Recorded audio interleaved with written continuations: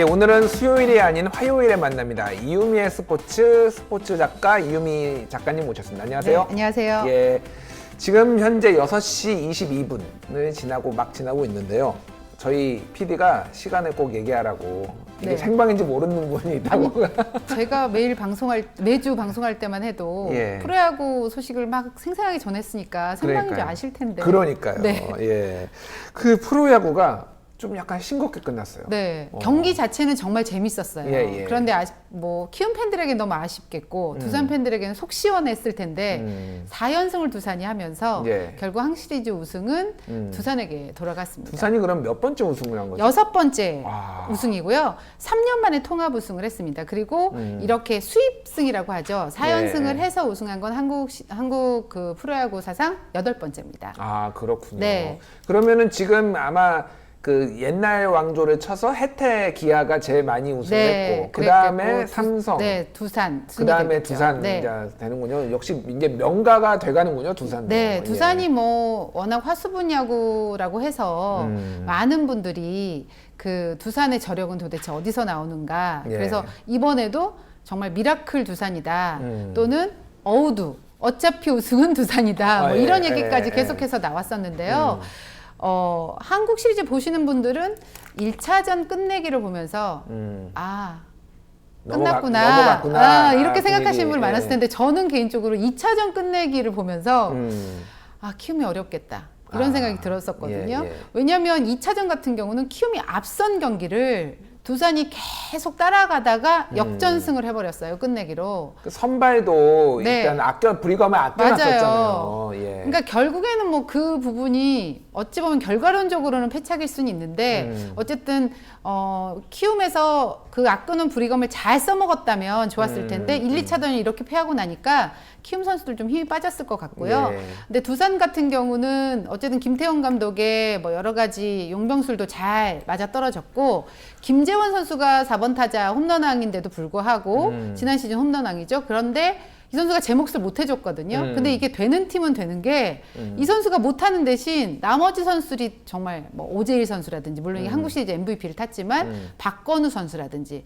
박세혁 선수라든지 그동안 좀 주춤했던 선수들이 계속해서 맹활약을 해주면서 그 공백을 다 메워줬고요. 대타 요원들이 또 잘해주면서 결국엔 우승을 하는 그런 기쁨을 맛봤습니다. 두산은 지금 올해 우승하고 작년에는 SK한테 아쉽게 졌고 네. 그 전에 우승했고 그 전에도 준우승을 했고요. 그 전에 준우승, 3년 만에 우승이니까요. 3년 만에 우승이니까 네. 그렇군요. 그러니까 우승, 준우승 네. 지금 이런 상황이네요. 그렇습니다. 예. 조금만 힘을 냈으면은 4연패 할 수도 있었는데. 네, 근데 아쉽네요. 지난 시즌이 예. 조금 아쉬웠죠. 왜냐면 정규리그 우승을 하고도 SK에게 졌으니까요. 예. 그때는 사실 SK가 이길 거라고 생각 못하는 분들이 더 많았는데 그러니까요. 그 기세를 좀 두산이 꺾지 못하고 지고 말았고요. 어쨌든 이번에는 두산의 우승으로 KBO 리그가 끝이 났습니다. 그러면은 지금 이제 이 코리안 시리즈, 한국 시리즈 뛴 선수들 바로 아시아 선수권에 바로 다 차출되는 건가요? 아시아 그러면? 선수 프리미어 12 예, 프리미어 이제 12, 차출이 예. 되는 거고요. 두산에서는 이용찬 선수가 새롭게 발탁이 됐고요. 예. 그 키움 같은 경우는 이승호 선수가 한국 시리즈에서 그래도 어쨌든 포스트 시즌을 통해서 좋은 모습 보여줬거든요. 예. 그래서 키움에서는 이승호 선수가 또 발탁이 됐습니다. 젊은 이승호 말씀하시는 네, 거죠? 맞습니다. 제가 그 이승호 선수 2차전 선발 나왔다고 말씀드렸었잖아요. 19살 네. 이승호. 예. 그 선수는 제 몫을 2차전에서 해줬었거든요. 예. 많은 분들이 이제 키움을 아쉬워하실 텐데요. 키움 같은 경우는 결국 페인을 좀 꼽자면 경험에서 오는 수비, 그리고 체력 이렇게 꼽을 수 있을 것 같아요. 왜냐하면 뭐 많은 분들이 두산보다는 한국 시리즈 경험이 적을 수밖에 없으니까요. 그렇죠. 그렇고요. 그 경험이 좀 부족한 것이 결국 수비 실수로 나왔었고 저는 이번 한국 시리즈를 보면서 왜 팀들이 정규 1위를 해서 한국 시리즈에 직행을 하려고 하는구나를 알겠더라고요. 체력적인 부분에서 확연히 가면 갈수록 키움 선수들이 좀 특히 마운드에서 힘들어하는 모습이 보였고 힘이 약해지다 보니까 두산에서 그걸 놓치지 않고 계속 적시타를 치다 보니까 계속해서 좀 키움 선수들이 힘들었던 부분이 있었는데 왜냐하면 키움은 사실 불펜 9명을 다 돌리면서 네. 좀 벌떼 야구 뭐 이런 걸 하는 팀이에요. 장정석 예. 감독이 그건 데이터를 통해서 그런 야구를 계속 했고 플레이오프에서도 그게 성공을 했어요. 근데 한국 시리즈 오니까 선수들이 아무리 SK를 3연승을 하고 쉬는 시간이 4일 있다 하더라도 준 플레이오프에서 거쳐 올라왔기 때문에 이 피로가 선수들이 완벽하게 가시지는 아는 상태에서 결국에는 체력 싸움에서 지는 게임이다라는 게 보여졌던 것 같아요. 하지만 어쨌든 한국 시리즈를 키움이 2번이나 이제 경험을 하게 됐고 포스트 시즌을 거의 매년 요즘 경험을 하고 있잖아요. 최근 들어와서. 그렇죠. 그렇기 때문에 또 젊은 투수들, 뭐 아까 말씀드렸던 이승호 선수라든지 안우진 선수라든지 조상우 선수도 계속해서 아주 좋은 활약과 함께 경험을 하고 있기 때문에 앞으로의 키움은 이 경험이 큰 배양분이 될 것이다. 이런 생각은 하게 하는 한국 시리즈였습니다. 예, 롯데 감독이 새로 선임이 됐다고요. 네. 원래는 외국인 감독 후보군까지 발표가 됐었어요. 예, 예. 3명을 놓고 이 중에서 고르겠다. 협상 중이다. 예. 로이스터 감독 이름도 로이스터 네, 나왔고요. 그런데 제일 먼저 감독 선임 작업을 했던 롯데가 아무런 발표를 하고 있지 않아서 외국인 감독 쪽은 아무래도 결렬이 됐나 보다라는 생각과 함께 근데 왜 발표를 안 하느냐? 그렇다면 포스트 시즌을 하고 있는 팀의 지도자 중에 한 명이 아마 국내 감독 중에 됐겠다라는 추측을 했었는데 아니나 다를까? 네, 그게 맞았고 한국 시리즈가 끝나자마자 그 다음날 키움의 수석 코치인 허문회 코치가 롯데 감독으로 선임된다라는 소식이 전해졌습니다. 요즘에 이 프로야구의 추세가요, 뭐 스타급의 어떤 이름값보다는 소통에 능하거나 예. 데이터에 능하거나 또 뭐 외국인 감독 쪽을 선택하거나 이런 실리적인 감독을 선택하는 경우가 많거든요. 단장도 예. 그렇고요. 예. 그런 측면에서 허문회 감독이 키움의 어떤 기반을 만들어 놨다는 거, 장정석 감독과 함께 그리고 현장 경험이 많다는 거, 그리고 소통에 능하다는 거 이런 점이 허문회 감독에게 큰 점수를 줬다라는 그런 평가를 받고 있습니다. 그렇군요. 좀 생각해 보면 최근에 그 스타 플레이어들 감독이 많지는 않은 것 네. 같아요. 그러니까 지난 시즌 같은 경우는 두산의 이강철 감독, 예. 그러니까 코치가 KT 감독으로 간다든지 그렇죠. 예. 그런 식으로 아니면 이 뭐 기존 팀에 있던 수석 코치를 감독으로 올린다든지 이런 경우가 많고 단장도 그렇고요. 이종범 뭐 코치가 이제 감독설이 잠깐 돌긴 했지만 네. 결국 안 됐고. 네, 예. 그런 식으로 현장 경험을 중시하고 선수들과의 소통을 중시하는 분위기로 가고 있거든요. 단장도 선수 출신의 단장을 많이 뽑는 것도 그런 부분이고요. 롯데 같은 경우 선민규 단장이 메이저리그에서 스카우트 출신이거든요. 예. 그만큼 데이터에 능하기 때문에 허문회 감독이 현장 경험까지 합쳐져서 롯데가 과연 어떤 모습을 보일지 관심이 모아지고 있습니다. 한국도 뭐가 좀 이렇게 과거와는 다르게 데이터 중심으로 많이 가고 있는 것 같아요. 맞습니다. 야구들이. 그런 부분은 저는 예. 무척 고무적이라는 생각이 듭니다. 알겠습니다. 네이마르와 손흥민 맞대결 이거 뭐 기대해봐도 되는 건가요? 아쉽게도 볼 수 없을 것 그래요? 같습니다. 그러니까 왜 그러죠? 우리가 예. 브라질과 11월에 평가전을 갔는데요. 예, 예. 네이마르 선수가 부상이에요. 아. 그래서 이번 명단에는 이름을 올리지 못했습니다. 근데 왜 평가전을 갖는 거죠? 한국하고 그러니까- 브라질하고 어떤 인연이 있길래? 그러니까 이 브라질이 그 글로벌 투어의 일환으로 예. 아르헨티나와의 그 전통의 맞대결을 사우디아라비아에서 경기를 합니다. 아, 왜 사우디아라비아에서? 그러니까 글로벌 투어를 그냥 글로벌 하면서 투어요? 네, 예. 이렇게 정한 거예요. A매치 기간이니까요. 아. 글로벌 투어 기간은 그때 정한 거죠. 그런데 이제 A매치 기간이 좀 길잖아요. 일주일 예, 정도 예. 되니까 아이 그러면 여기서 평가전 하나 더 치르자라는 생각을 했던 것 같아요. 예. 그러면서 지역이 중동이니까 예. 중동이나 아시아 국가 중에 한 명을 고르려고 했는데 마침 우리가 레바논 원정 경기를 떠나요. 아. 카타르 월드컵 2차 예선 레바논 예. 원정이 11월 13일 날 14일 날 있을 예정이거든요. 예, 예. 근데 이 경기, 그러니까 아르헨티나랑 브라질 경기는 11월 15일에 있으니까 일정상도 맞고 우리가 어차피 중동에 가 있는 상황이고 예. 또 중동 아시아 지역에서 좀 강팀을 생각했겠죠. 그렇다면 우리가 나쁜 상대는 아니었을 거고요. 그런 차원에서 브라질이 공식적으로 대한축구협회에 요청을 했습니다. 그동안은 우리가 축구협회 브라질이 우리한테 네, 요청한 거 뭔가 약간 국격이 올라간 것 같은 네, 이 그런 느낌. 느낌 드시죠. 그래서 축구인들이 좀 기뻐하고 있어요, 이 부분은. 근데 그렇군요. 실제로 예. 아시아 중동 국가에서는 한국이면 우리 상대가 되겠구나라는 생각을 했다라는 측면에서도 저는 이 부분은 좀 높이 평가할 것으로 보이고 기분 뭐, 좋은 일입니다. 어쨌든. 어쨌든 뭐 아시아 최강이니까요, 한국은. 네, 예. 그런 거를 좀 인정받았다는 생각이 들고요. 벤투어 입장에서도 벤투 감독이 부임하고 가장 최강팀을 만나는 거잖아요. 그러게요. 예. 우리가 사실 최강팀 유럽이나 뭐 남미의 최강팀이랑 A매치하기가 쉽지가 않아요. 그렇죠. 일정을 맞추기도 쉽지 않고 거리 이동 문제도 있고 그런데 어쨌든 브라질이 요청을 해서 우리가 평가전을 치르게 됐다는 것만으로도 무척이나 반가운 일임에는 틀림이 없을 것 그럼 같습니다. 브라질 우리가 이길 수 있습니까 이번에? 아니 근데 전적이 1승 4패예요. 1승 4패예요. 네, 근데 그 1승 기억하시죠? 김도훈 선수가 맞습니다. 골을 1대 0으로 그때 이겼죠. 1993년 예. 잠실 경기장이었고요. 맞아요. 예. 김도훈 선수의 결승골을 우리가 1대 0으로 그때도 아마 역습 찬스에서 우리가 골을 넣었던 걸로 저는 기억을 하는데 예.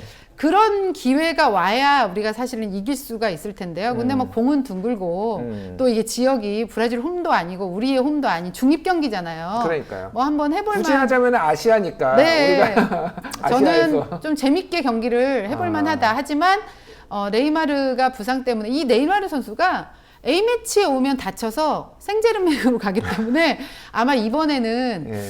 약간 소속팀에서도 좀 반대를 했을 것 같기도 해요. 계속 부상 때문에 이 많은 돈을 주고 쓰는 선수를 이 선수가 거의 500억 원 가까운 연봉을 받는 선수인데 예. 소속팀에만 오면 이 대표팀에서 다쳐와서 못 뛰니까 얼마나 속상하겠어요. 손흥민 선수는 뛸 거 아니에요? 네, 손흥민 선수는 뛸 것 같습니다. 근데 아직 명단은 발표가 안 됐지만 다음 주 월요일 날 벤투 감독이 직접 발표를 할 손흥민 텐데요. 선수가 한 2골 정도 넣어서 네. 2대 1로 이겼으면 좋겠습니다. 뭐 저는 그렇게 기원해 봅니다만. 알겠습니다. 네. 예. 축구 얘기를 좀만 더 하죠. 이승우 선수가 조금 지금 약간 네. 힘든 시기를 겪고 있어요. 이게 이승우 선수가 이탈리아 리그에서 뛰다가 벨기에 리그로 이적을 했거든요. 예, 근데 예. 유럽에서 보면 벨기에 리그는 어찌됐든 다른 빅리그로 가기 위한 징검다리. 징검다리 역할을 하는 곳이에요. 예. 근데 그런데도 불구하고 이승우 선수가 벨기에 리그로 갔다는 건 본인이 좀 더 많이 뛸 팀을 찾았다는 거거든요. 예. 그런데 8경기 연속 명단에서 제외돼서 데뷔전을 못 치르고 있습니다. 그렇군요. 그래서 안타깝네요. 현지 언론에서는 이제 이 이유가 뭘까 많은 분들이 궁금해하고 계셨을 텐데 현지 언론은 이승우 선수의 불성실한 훈련 태도 때문이라라는 보도가 있었어요. 그래요? 네.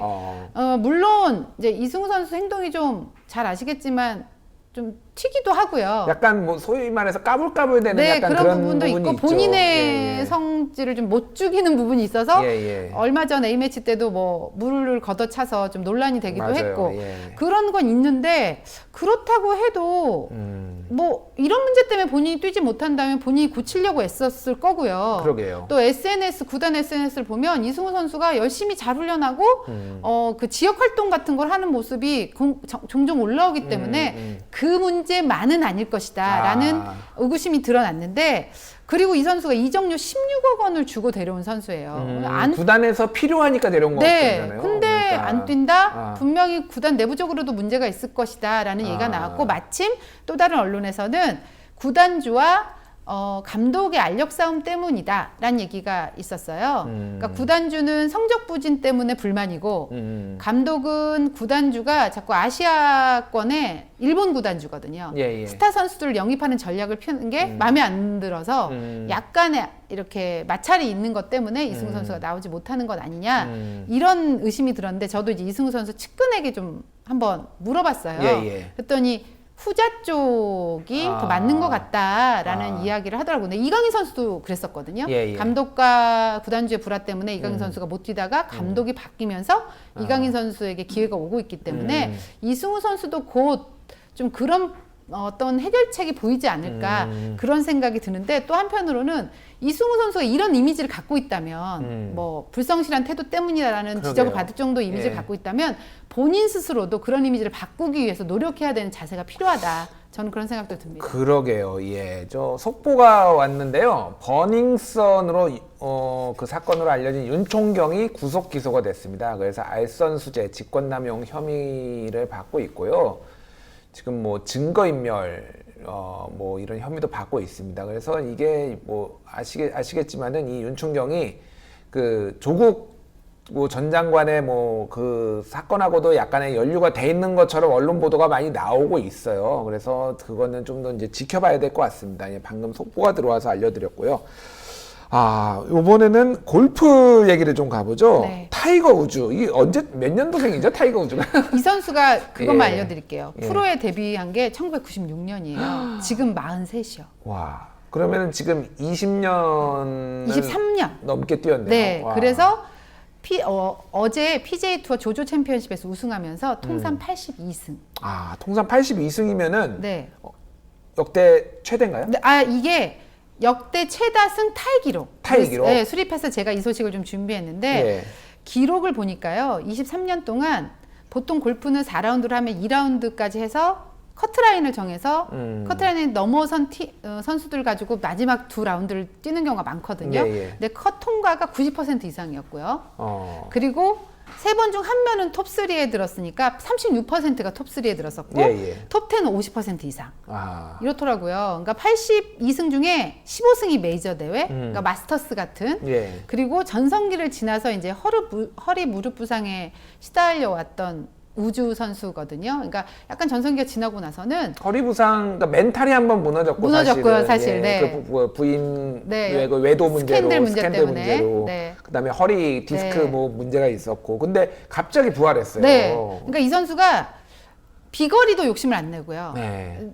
비거리를 보니까 270야드 좀 넘게 평균 나가는 것 같은데 이게 PGA에서는 160위권이래요. 와, 그래요? 네, 그러니까 300야드 넘게 이렇게 치는 선수도 있으니까 PGA에서는 160위권인데 그러면 골프에서는 그게 약점이 될 수 있어요, 분명히. 그렇죠, 그런데 우주는 언제부턴가 경기 운영 능력으로 승부하는 골프를 하고 있습니다.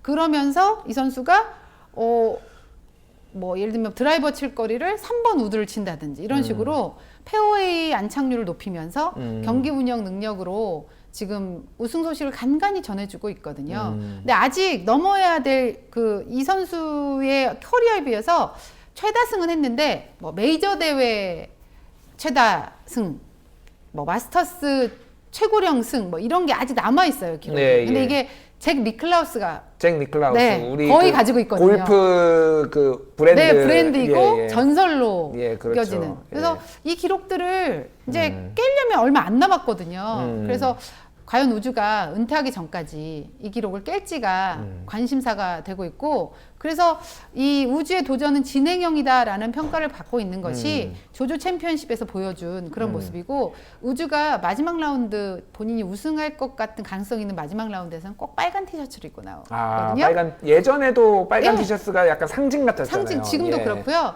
그래서 한때는 빨간 호랑이를 최종 라운드는 이길 수가 없다. 이런 얘기가 있을 정도로. 예, 예. 그래서 앞으로 그런 모습을 얼마나 보여줄지 궁금하고, 여자는 올해 선수상에 우리나라의 고진영 선수가 이번에 또 타게 됐습니다. 그리고 그러니까 지난 주말에 LPG 투어, 국내에서 LPG 투어가 한 번 열렸는데요. 예, 예. 장하나 선수가 우승을 했는데, 저는 이것이 참 의미가 있는 것이, 장하나 선수가 미국에 진출했던 선수예요. 예. 그런데 가족들과의 생활이 너무 그립고 그래서 시드권을 반납하고 돌아와서 국내 대회를 돌아왔는데 왜 돌아왔냐 했더니 행복하고 즐기는 골프를 하고 싶어서 돌아왔다고 했거든요. 그리고 정말 즐기면서 골프를 치고 있어요. 그런데 즐기면서 우승했거든요. 네, 우승을 했습니다. 미국 대회잖아요, 이게 사실은. 예, 예, 어찌됐든. 우승을 했는데 예. 이 선수 같은 경우는 그 미국 시드권을 타게 되거든요. 이 우승으로. 근데 별로 고민을 안 하는 것 같아요. 뭐 심사숙고 해보겠지만 안 가도 본인은 여기서 행복하다면 안 가겠다 이런 입장이라서 골프 선수로서 좀 행복한 골프를 하고 싶다라는 이 장하나 선수의 어떤 우승의 의미 이런 걸 한번 짚어보고 싶어서 그러게요. 네, 이 소식을 다 같이 뭐 준비했습니다. 다 그런 게 있는 것 같아요. 그러니까 던져주는 의미들이 있네요. 타이거 네. 우즈 같은 경우에는 어쨌든 정상에 섰다가 나락으로 떨어졌다가 네. 다시 본인만의 경기 운영 능력으로 다시 이렇게 올라선 케이스. 뭐 장하나 선수 같은 경우에는 네. 즐기면서 하는 뭐 네. 각자의 방식으로 즐겁게 스포츠를 하면 되는 것 같아요. 그러니까 골프가 뭐 인생의 축소판이다 이런 얘기를 많이 하는데 그래서 아직은 뭐 보편적이지 않은 스포츠임에는 맞거든요. 하지만 선수들이 보여주는 이런 모습은 우리의 인생과 닮아 있잖아요. 예. 보면서 나는 어떤 마음으로 살아가나 이런 것도 한번 돌아보셨으면 좋겠습니다. 네, 알겠습니다. 지금까지 스포츠 소식 이유미 스포츠 작가가 전해주셨습니다. 감사합니다. 고맙습니다. 네.